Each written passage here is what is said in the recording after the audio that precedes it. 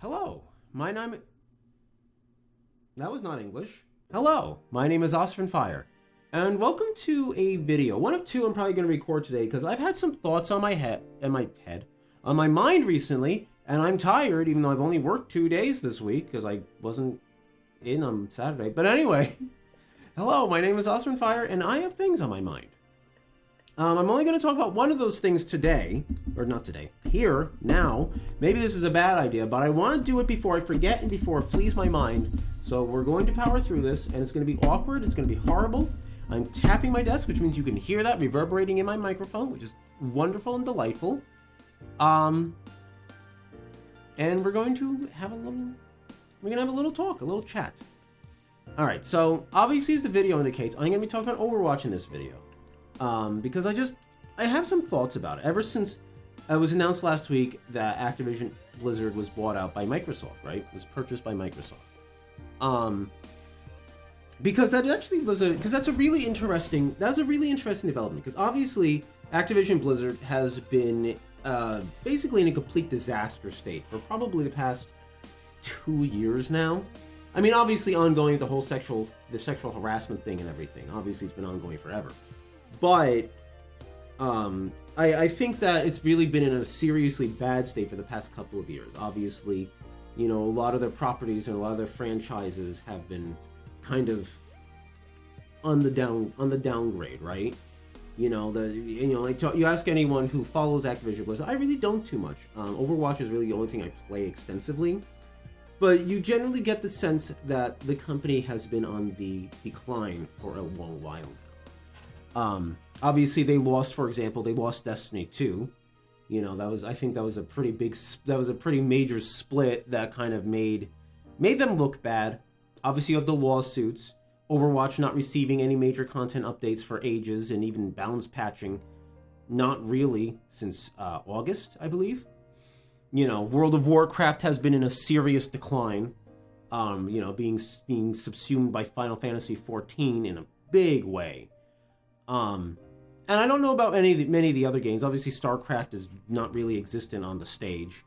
I don't really know about the other property. Well, I guess you could talk about Heroes of the Storm. But obviously it's been in a bad shape. And the Microsoft acquisition is huge news.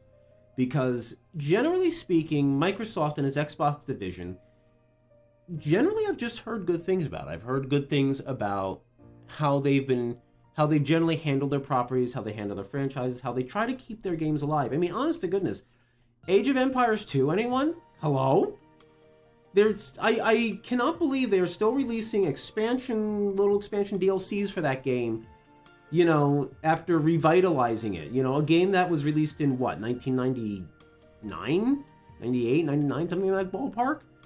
Like that's kind of nuts, and I think that on its own is enough reason for me to actually be very hopeful for the future of not forget Activision, just Blizzard properties. I'm kind of excited. Like, you know, like could they revive some of these dead games? I never played Heroes of the Storm, but it wouldn't hurt, would it? You know, maybe World of Warcraft will go in a proper direction. Never played it. Well, I played it a little bit, but I never really attached to it. And I'm obviously hard stuck to Final Fantasy XIV for the foreseeable future, so no World of Warcraft in my future. But of course, the game I care about the most is Overwatch. And I'm actually really interested and keen on what might actually happen with Overwatch. Are we actually going to get some leadership? Obviously, it's not going to happen right away, but are we actually going to get some leadership and direction for this game? And, you know, what's going to happen with Overwatch 2. In fact, Overwatch 2 is the reason I actually want to make this video.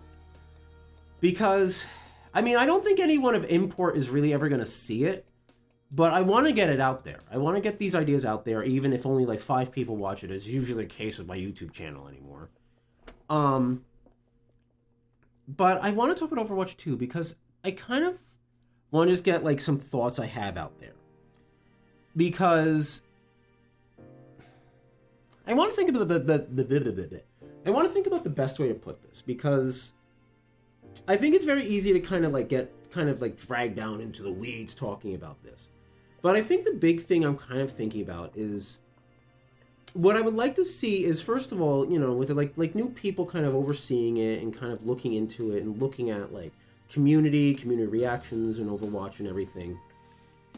Something I really hope will actually happen is that they will reconsider the 5v5 change. I don't know if that's going to happen. I don't know how far along they are in the development cycle. I don't know if it's possible at this point, though I don't see how realistically stopping that change and just reverting back to just thinking of the game as a 6v6 game really hurts anything. But I really, really hope they actually reconsider that change. And here's why. I think the biggest reason for me, personally, so not to divulge too much detail, but I work for Walmart as my daytime job, right? And generally speaking, I do not like the way Walmart corporate runs things. I think they are too prone to making top-down decisions that really aren't appropriate for not a game. I'm not talking about Overwatch here, by the way. I understand top-down balancing. This is not a debate about that. Don't talk about it. But I understand, like, but Walmart makes lots of decisions from a corporate level, and then pushes it on down to the bottom. The problem being that when you run however many stores it is, thousands of stores across the country, thousands of stores, thousands of distribution centers across the country, across the world, that doesn't work necessarily, because what ends up happening is that you have stores in different markets. Stores in Indiana, where I live, are completely different from stores in New York and New Jersey, which are more densely populated, have different needs, have different desires, right? You have different stores that have different that need different things, and when you try to like run things that way, when you try to run things from a top-down perspective, what ends up happening is that you limit creativity and you limit innovation lower down, because you want people to do things one single way, even if that way technically doesn't work, but might work here, but it doesn't work here or here or here or here at all. And I think, and this is my honest, legitimate opinion, I think that was the problem with the 5v5 decision. Just to use an example, I probably didn't cross Bobby Kotick's desk, but let's just use an example because it's the obvious person here. It feels a lot like that change was implemented because a memo crossed Bobby Kotick's desk and it said, Overwatch has a player population problem. There aren't enough people trying to play tank. So the queue times for DPS players and sometimes support players are extremely long. And in upper ranks, everyone's queue times are really long, right? And it feels like that memo crossed his desk. And so the solution was just to say, well, if there's not enough tank players, then let's get rid of a tank. Problem solved. And it never considered the long-term ramifications or issues that change would introduce into the game development process. I legitimately think that's kind of how it went, Now, I could be wrong. I'm not saying that I'm some sort of authority on this or that I know exactly what happened. I don't.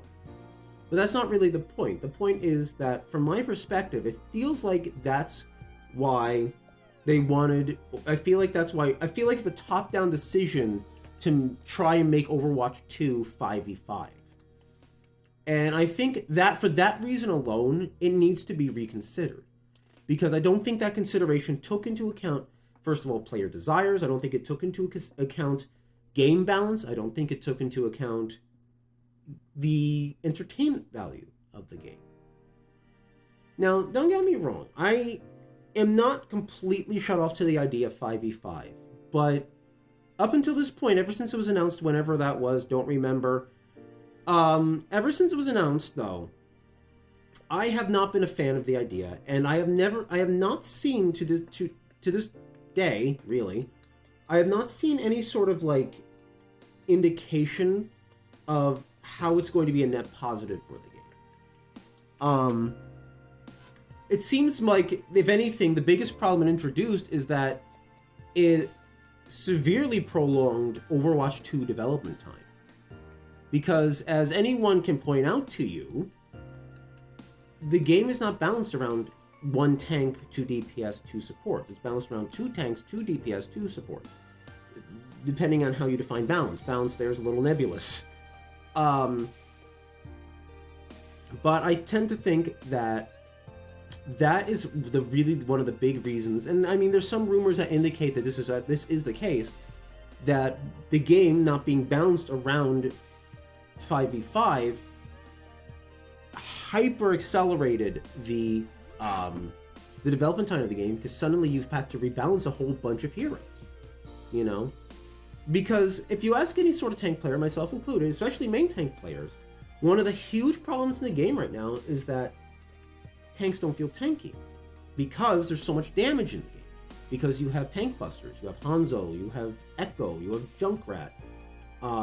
You know, hell, even other characters like, say, Cass or Soldier 76 deal so much damage that it doesn't feel like you can actually defend yourself against them, even when you're kind of in a weak position. Not a bad position. When you're in a bad position, yes, you should explode. But when you're in a weak position, like say you're a Reinhardt and your shield's really low, you know, you can't survive long enough to get to safety most of the time. You just explode instantly. And that doesn't make for a fun gameplay experience. And the thing is that there's a lot of heroes in the game that create this experience. Now, granted, they aren't viable at all levels of play, but that's not the point. That's not really the point. The point is that the game is not balanced around having only a single tank, right? And I can definitely see the problem being here that they have to rework at least half the roster to try and make them work. And I think they're having issues with that. And I think this is prolonging the Overwatch 2 development time. And my honest to goodness feeling on this is that they should just do away with the idea and keep the game 6v6. I think my other argument for this as well is that I think it's very hard to take away something I think that is positive for the game, which is 2 tanks, and make that a positive thing. It is very difficult to take away something that is generally speaking a good thing and make that a net positive for the game. Or make a net positive for anything. Because it's great to take away something that's bad, right? And it doesn't matter if you take away something that's neutral. But when you take away something good, you end up hurting people. You end up hurting people who enjoyed the thing that was actually good, right? You know, I mean this in broad strokes, obviously. You know, there are people who like bad things and don't like them taken away, whatever. But that's details that are irrelevant to my argument, right? My point is that lots of people like playing off tanks, right? Lots of people like playing Zarya. Lots of people like playing D.Va. Lots of people like playing Sigma as an off tank. Lots of people like playing as an off tank, where they are not there to hold the front, right? But they are there to kind of off angle. They're there to help apply pressure. They're there to help, you know, peel for their supports and their DPS, right? That's what they're there for. And I don't see, you know, and there's also, there's also lots of people who love tank synergies, right?